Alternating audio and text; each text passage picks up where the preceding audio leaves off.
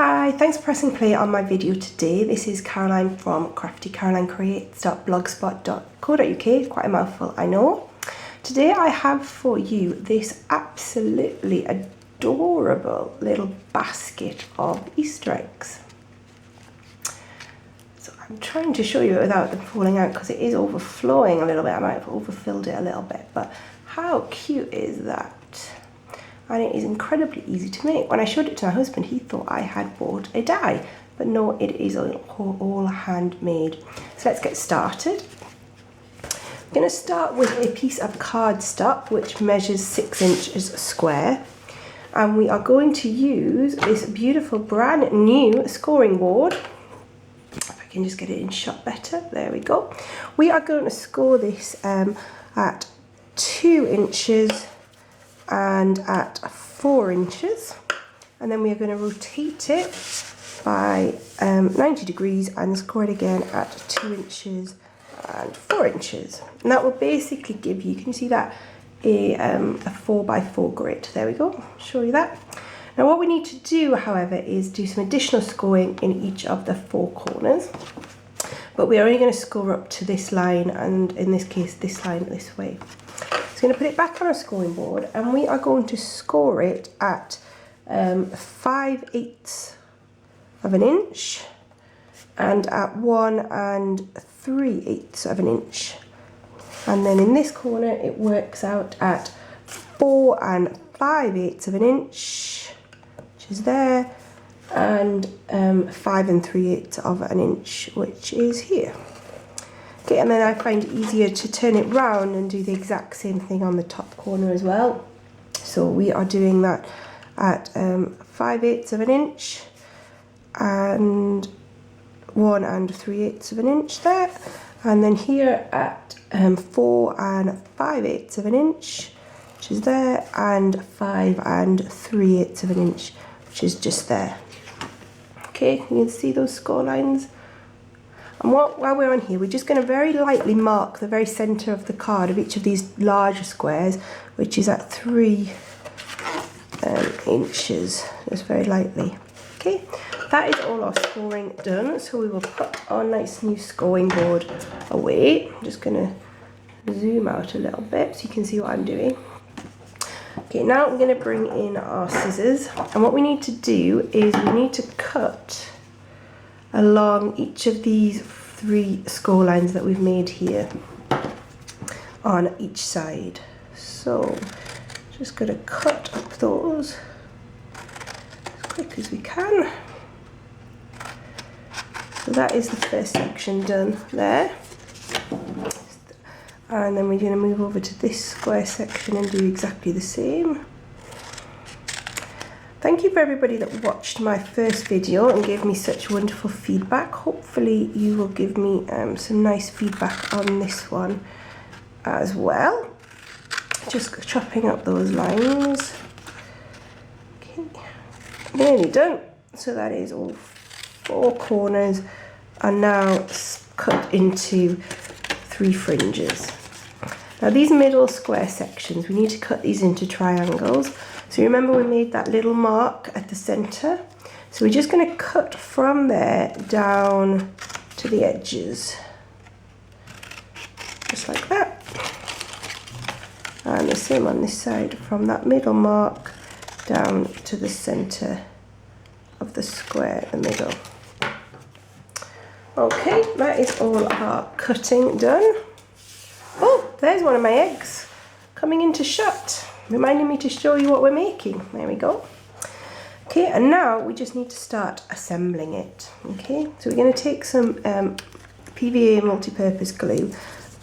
The easiest way is to start with outside strips first, and I'm just going to put a tiny little strip of Tombow along the edge there, and then fold this up to the middle and just hold that in place so it sticks there for a second. You want to try and get these 2 pieces as square as you can so that they make one continuous straight piece there. Okay, and then once that is done, we're just going to add a bit more glue and start folding up our other pieces bit more glue. Oops. Like this. Now don't worry if it doesn't look the neatest at the moment, because when you fold the next bit up, it does tend to hide the piece that you've just put down. Okay. Fold this section over. A touch more glue on the middle there. Okay.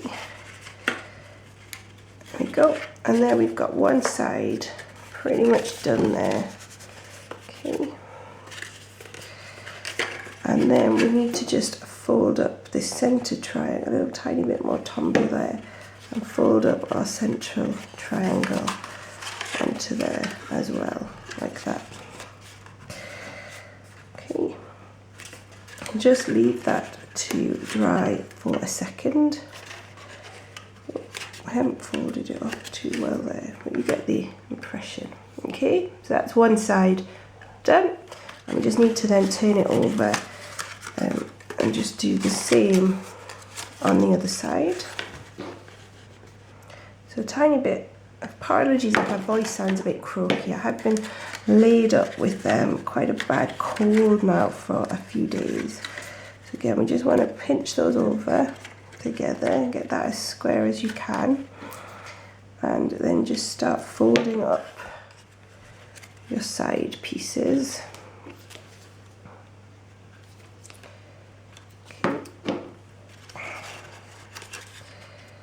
There we go.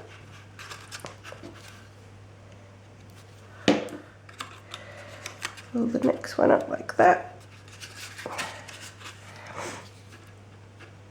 And then our last one, just in like that. It's probably a bit more tombow than you would want to do if you're taking your time, not trying to do this on camera. And then our last triangular section folds up and over like that. Okay, and there we've made our nice little lovely basket shape. You can see how really simple that was. Now to hide where we've got all these joints going on, what I've cut out are two 1-inch circles. I use a big shot die because they don't have the punch, but if you have the punch, that's of course the easiest way to do it. And all we're going to do is put a bit of tombow on the back of here. There we go. And we are just going to stick that over there like that, and then just fold the top section over the top of your basket, quite simply like that. Okay, and that hides all those joints. I'm going to do the same on the other side. Bringing in our tombow. Oh, just need to pick this up off the table. Here we go. And again, cover that up and fold over your top section and stick that down. Okay, I need to hold these for a few seconds just to get them to stick into place. I'm now going to add the handle, which is just a strip of cardstock measured just 1 centimetre wide. And I'm just going to attach this using a little bit of snail on either edge. You can be really creative with how you add your handle, but I'm just going to add it this way. I have seen people do it that way, which also looks quite nice. And just push that into place. There we go. Then you can decorate it however you want. This one I have taken some petite petals in a contrasting colour. So these flowers are from the Itty Bitty Punch pack, and these are from the Petite Petals Punch, just some flower centres. And then I have built it. That one doesn't want to stay in it. That means it needs to be eaten.